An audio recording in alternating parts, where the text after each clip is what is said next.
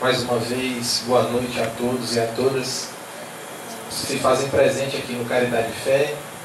Boa noite também aos nossos amigos ouvintes da RádioIsmael.net, que nos acompanham pela internet. É uma satisfação enorme poder estar mais uma vez dando utilidade à minha passagem encarnatória aqui na Terra. Nós temos a incumbência hoje de tratar sobre o tema da ressurreição e da reencarnação. Inicialmente nós tínhamos a previsão dessa palestra ser proferida pela nossa irmã Sara Veras, mas foi acometida de uma enxaqueca muito forte, não pôde estar aqui e nos pediu que pudesse fazer no lugar dela e não a substituir, porque a substituí-la seria uma missão tanto quanto difícil. Mas nós temos a tarefa de tratar sobre esse tema presente em nossas vidas, às vezes muito falado, pouco compreendido e muito debatido sem uma noção real do que se está dizendo. Muito se ouve falar sobre ressurreição, muito se ouve falar sobre reencarnação. E nos últimos 10 anos, nós temos visto e percebido as grandes mídias trazerem para o debate, para o enfoque, a questão da reencarnação. Cada vez mais nós temos visto as telenovelas tratando de temas ligados à espiritualidade, à doutrina espírita, doutrinas espiritualistas, falando sobre reencarnação. E muita gente ainda confunde os termos ressurreição com reencarnação. A ressurreição, ela é uma doutrina uma forma de conceber a vida que acompanha a humanidade desde muito cedo, até mesmo antes da vinda de Jesus a este planeta. Os povos da antiguidade já acreditavam que a alma que rege e que vivifica o homem, o corpo do homem, poderia um dia voltar à vida. A vida como nós compreendemos, a vida material, a vida carnal, a vida que nós podemos experienciar.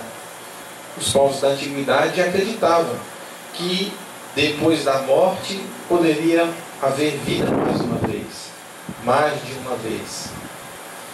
Era uma concepção, era uma forma de conceber de que aquele corpo que um dia morresse poderia ressurgir novamente, poderia voltar a ter vida, e aquele corpo poderia voltar ao contato, o convívio social com os demais.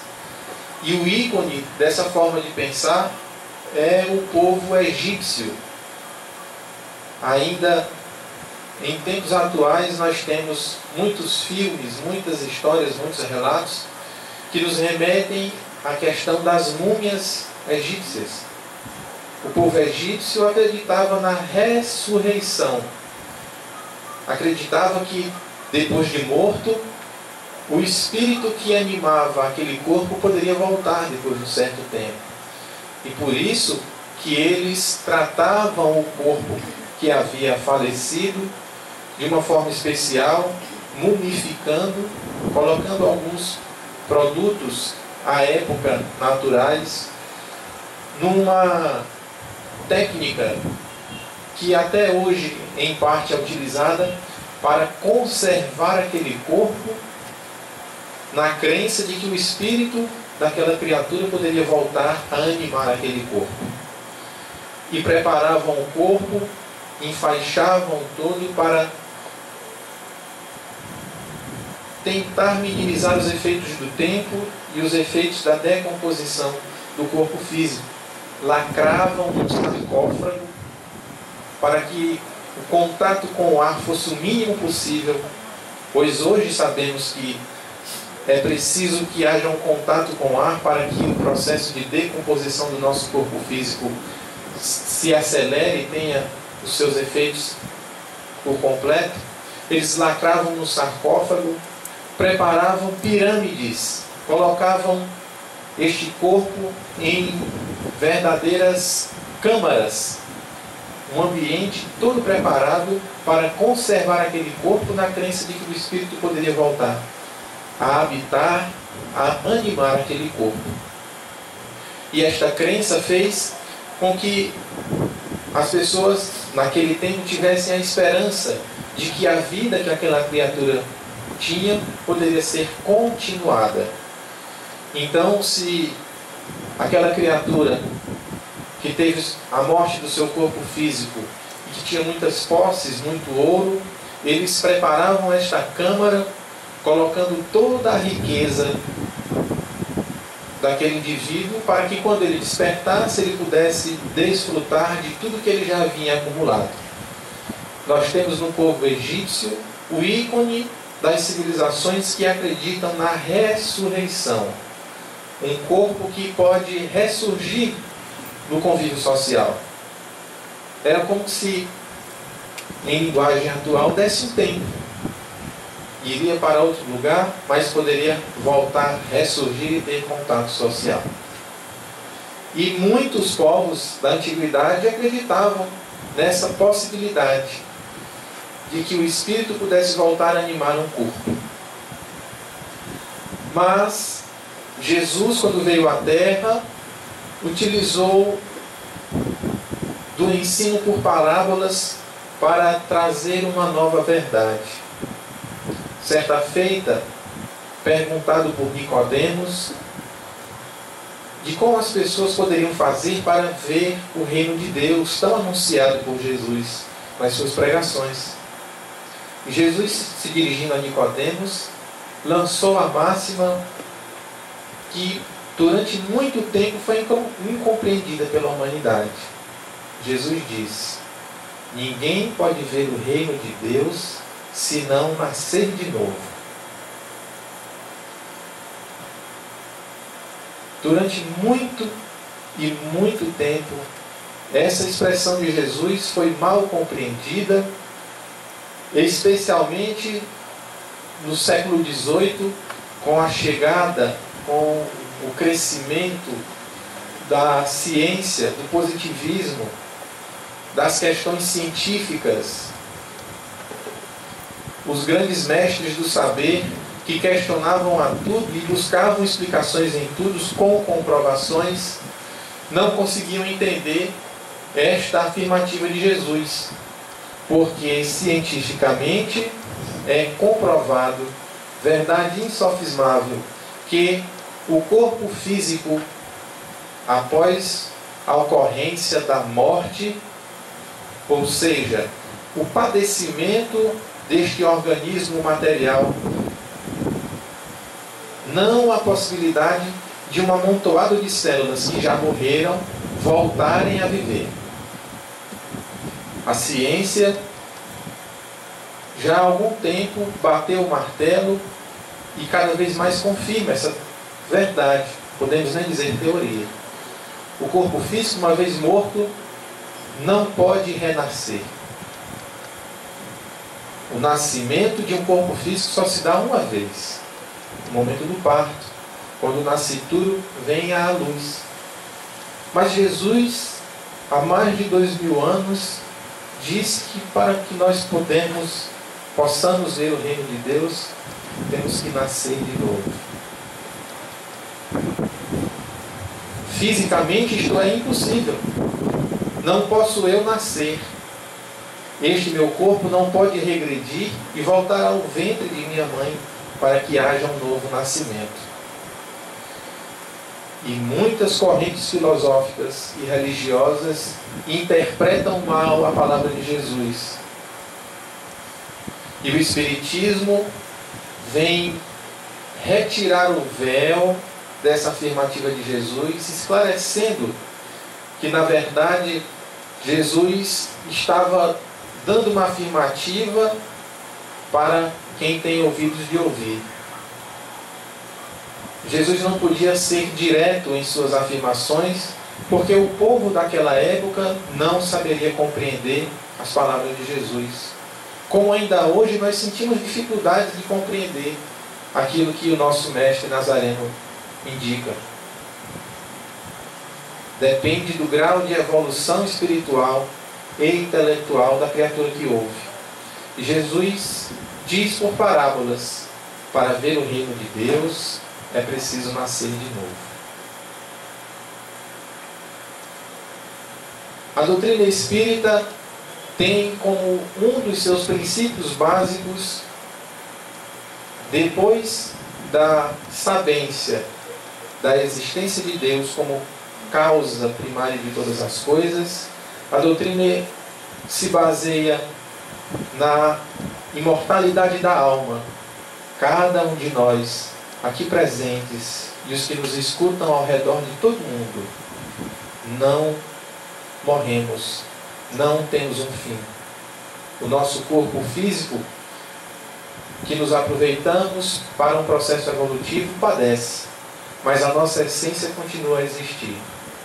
E a doutrina espírita se baseia no princípio da reencarnação.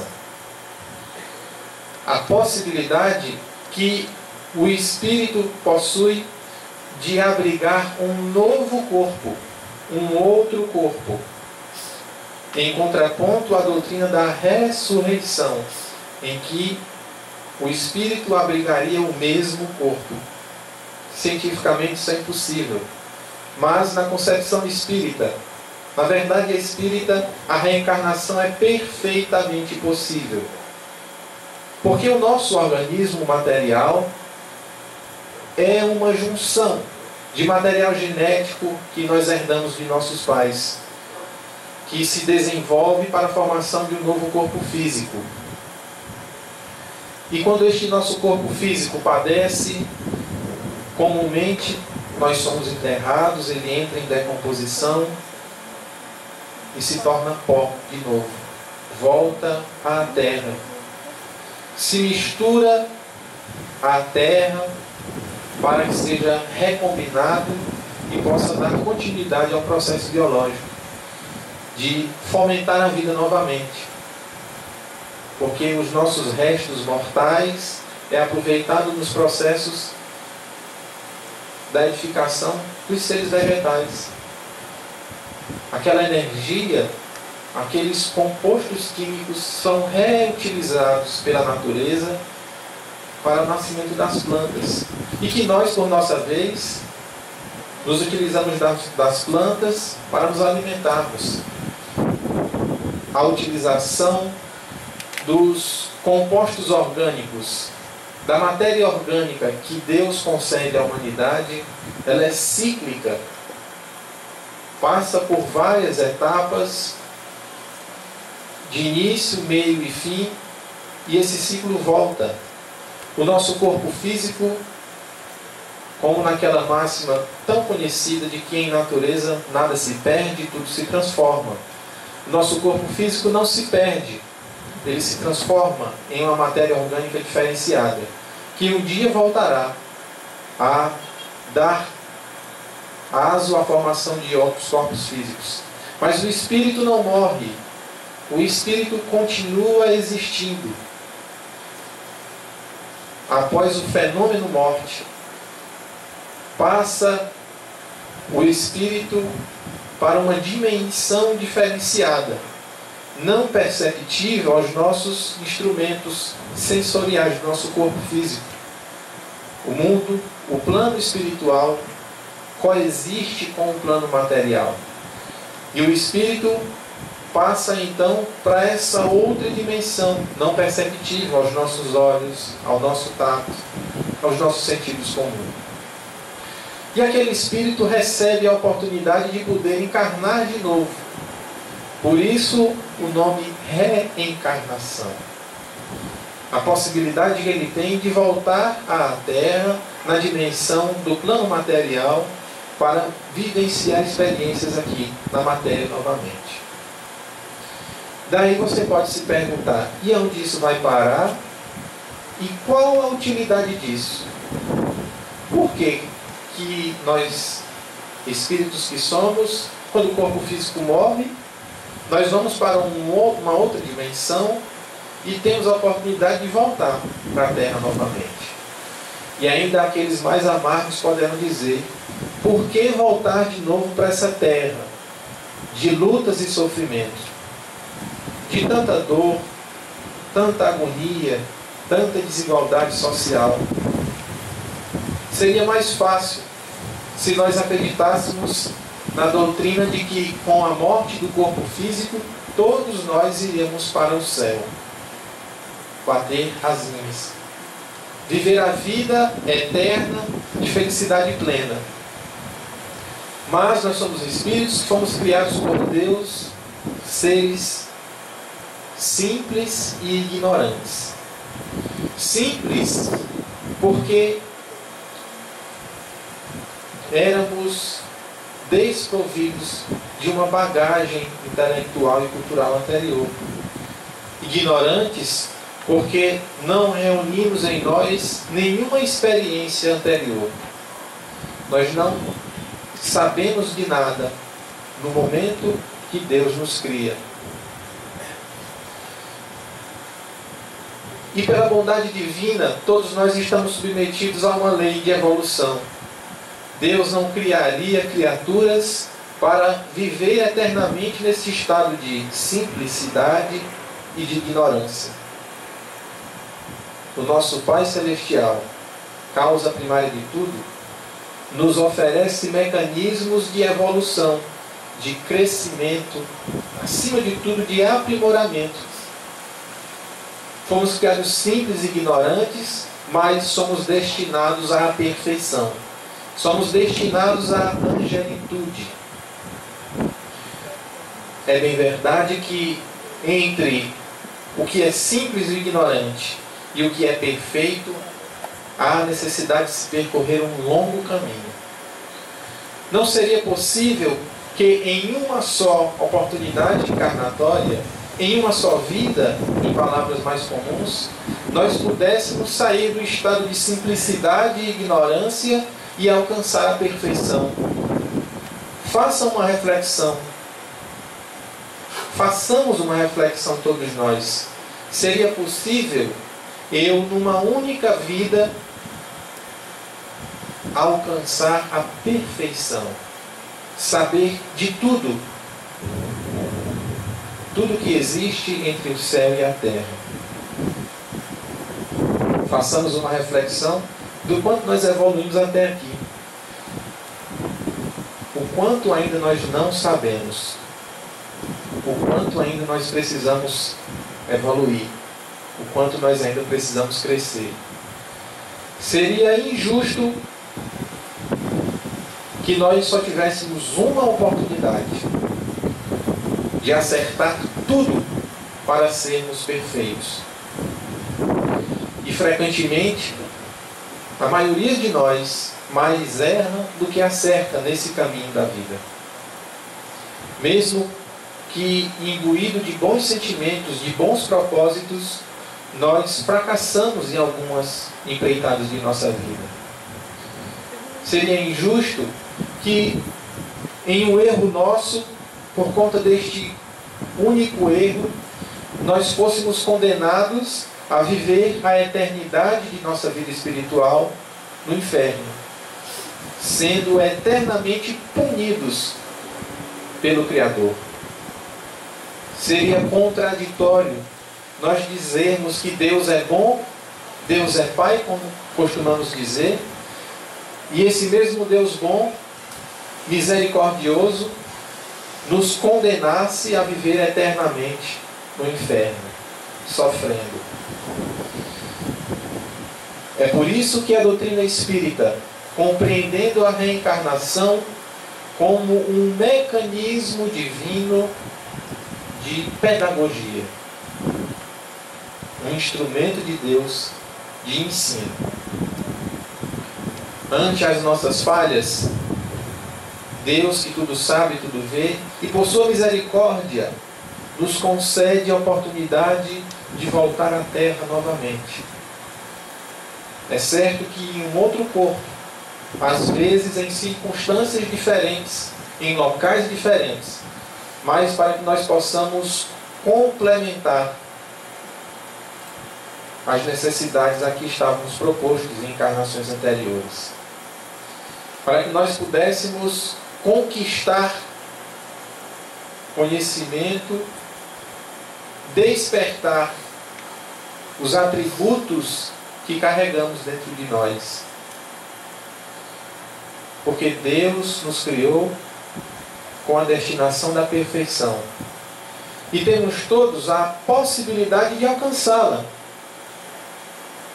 Lembremos-nos das palavras do Mestre Jesus que disse aos seus apóstolos, mas disse a toda a humanidade: sede perfeitos. E se disse Jesus para que os seus apóstolos e consequentemente nós sejamos perfeitos, é que há essa possibilidade. Mas para que nós sejamos perfeitos, nós precisamos trabalhar para alcançar essa perfeição.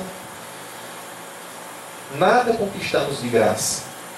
Nada conquistamos sem esforço, sem mérito. E nós precisamos de sucessivas oportunidades encarnatórias para que nós possamos mostrar para Deus que nós somos dignos de alcançar a perfeição. De que nós, às vezes em processos dolorosos, estamos descobrindo potencialidades em nós. A pedagogia divina, a sabedoria do nosso Pai Celestial não erra. Nós é que não compreendemos os seus desígnios. Nós não conseguimos enxergar com os olhos do Espírito que transcende a matéria. Nós não conseguimos compreender qual é o propósito de Deus quando nos faz passar por determinadas circunstâncias, algumas delas dolorosas, mas que em verdade estão burilando as nossas imperfeições, estão fazendo com que nós possamos parar para refletir sobre as nossas atitudes, sobre as nossas ações, sobre os nossos pensamentos, para que nós possamos modificar o nosso eu, a nossa intimidade. Porque é muito fácil nós modificarmos o nosso exterior, o nosso estereótipo. Eu posso hoje procurar a medicina terrestre e pedir para diminuir de tamanho. Não é o comum. As pessoas, algumas modelos, pedem para aumentar. Fazem uma cirurgia, cortam a perna, o osso, fazem um enxerto, um implante para poder crescer, ganhar uns centímetros a mais.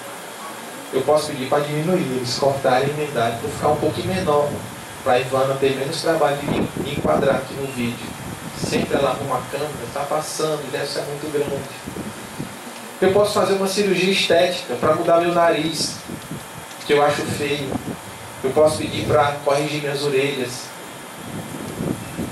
Eu posso pintar meu cabelo. Eu posso mudar a roupa que eu visto. Amanhã vocês podem chegar aqui e verem outra pessoa, totalmente travestida, totalmente modificada, no exterior. Mas a modificação do nosso eu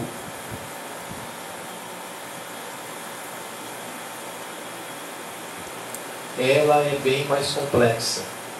Não se dá da noite para o dia. Retirar as imperfeições que carregamos há muito tempo, às vezes pechas, manchas de vidas passadas, requer esforço e disciplina. E muitas das vezes, em uma vida, em uma experiência corporal, nós não conseguimos modificar as tendências más que ainda possuímos. A tendência de só olhar o defeito do outro e não ver o meu próprio defeito. A tendência de, quando ver um irmão em situação de desequilíbrio, primeiro julgar, antes de amparar. As tendências de olhar primeiro para mim, sendo egoísta, antes de olhar para os outros. Essas modificações, a tão desejada e divulgada, tão requerida reforma íntima que o Espiritismo e o pensamento cristão de Jesus pedem, ela requer labor, requer trabalho, requer perseverança, requer de nós um esforço redobrado para não viver a vida de uma forma simples, como todo mundo vive, fazendo o que todo mundo faz. Nós temos que fazer diferente, seguir as recomendações do Mestre Nazareno, que não são fáceis, vocês hão de convir comigo. Viver no mundo que vivemos hoje, seguindo as recomendações de Jesus, não é fácil. Não é fácil ofertar a face esquerda quando nos batem à direita. Para alguns, isso é inaceitável. Não é fácil amar o meu irmão antes de amar a mim mesmo. Amar o meu irmão como eu amo a mim mesmo. Muitas vezes eu não amo nem a mim mesmo. Como poderei amar o meu semelhante? Como poderei amar a Deus sobre todas as coisas quando ainda estou muito apegado às questões meramente materiais? Quando eu estou preocupado na minha ascensão profissional para conseguir trocar de carro todo ano, para conseguir ter um tablet da última geração, ter um iPhone, ir para uma fila quilométrica, às vezes com 2 dias de antecedência, para conseguir adquirir um produto a um preço mais barato. Essas reformas são difíceis de serem conseguidas, mas não são impossíveis. E o Pai Celestial nos concede sempre que nós pedirmos, sempre que nós tivermos a humildade de pedir: Deus, falhei mais uma vez na missão que me confiaste, na missão que eu mesmo pedi. Pai, me concede uma outra oportunidade. E Deus, o Pai Celestial, proporciona a cada um de seus filhos, cada um de suas criaturas, a oportunidade de encarnar novamente em um corpo diferente, para que nós possamos fazer correto tudo que nós fizemos errado no passado. E nós já erramos muito. E temos que, ao máximo, tentar, nesta oportunidade, corrigir os erros do passado. Ao máximo, despertarmos as nossas potencialidades angélicas. Temos que, ao máximo, dar uma utilidade a essa oportunidade encarnatória, fazendo bem, fazendo a caridade, amando o nosso irmão como a nós mesmos, mas começando esse amor com os irmãos do nosso círculo mais íntimo, a nossa família, que passa por um processo difícil de modificação de parâmetros, paradigmas, e tem sido esquecida. Então, a doutrina reencarnacionista, que o Espiritismo, na verdade, reinterpreta a humanidade, porque já era presente, mas com um pensamento um pouco distorcido. Na verdade, é um mecanismo divino. É a materialização da misericórdia divina, quando nos concede novamente a oportunidade de fazer diferente, de fazer melhor do que fizemos em outras oportunidades. Para ver o reino de Deus, nós precisamos nascer de novo. Mas nós podemos nascer novamente todos os dias, porque Jesus não falava do nascimento de um corpo físico, mas o nascimento de um ser novo, o nascimento de um eu novo, o nascimento daquele que compreende as suas imperfeições, mas que se propõe ao despertamento de suas potencialidades. Nascer de novo para questões da vida material, olhando para essas coisas com outros olhos. Olhando com o olhar daquele que transcende essa matéria. Todos nós já vivemos em outras vidas. E viveremos ainda em muitas outras vidas. E temos que pensar nessa visão mais macro. Não pensar só neste instante. Não só no dia de amanhã. Temos que pensar daqui a 10, 20, 30 anos. Daqui a alguns séculos. Quando nós tivermos a oportunidade de voltar e corrigir o que nós fizemos de errado hoje. A oportunidade de voltar e fazer coisas boas que nós não fizemos hoje. Porque éramos apegados às questões materiais. Porque não fizemos a caridade, porque preferimos ir para o brechó. Preferimos parar para ir assistir o jogo da seleção brasileira. A bondade e a misericórdia divina nos concede a todos nós aqui presentes, todos que nos ouvem pela Rádio Ismael, esta verdadeira bênção que nós chamamos de reencarnação. Para que nós possamos sermos dignos e nos fazermos dignos de ser considerados filhos de Deus, a causa primária de todas as coisas, a perfeição. Para que nós possamos burilar em nós os males que ainda carregamos, pela nossa própria torpeza, pela nossa própria incompreensão, pela nossa própria teimosia, de não seguir as recomendações do Mestre Jesus.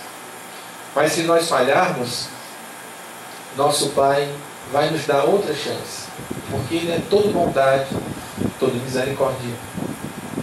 Embora essas novas chances possam vir acompanhadas de algumas dores, para fazer lembrar em nós, espíritos antigos, que nós já falhamos nestes mesmos acontecimentos e que precisamos demonstrar a nossa força de superar aos impulsos das tendências más em que todos nós estamos envoltos. Nós temos que mostrar para Deus que nós somos capazes de modificarmos-nos para melhor. Aproveitemos esta encarnação para que as próximas não sejam tão pesadas, para que as próximas a gente não precise passar por tantas tribulações, por tantas tormentas, que elas sejam mais serenas, que eu possa ter mais momentos de júbilo do que de pranto. Aproveitemos todos nós essa bondade de Deus. Que a paz do nosso Mestre Jesus possa nos envolver em bênçãos, renovar as nossas energias para que nós possamos destinar mais de nós para as causas cristãs, para o bem de nós mesmos e de toda a nossa humanidade. Que o nosso Pai possa nos abençoar com outras oportunidades. Que assim seja.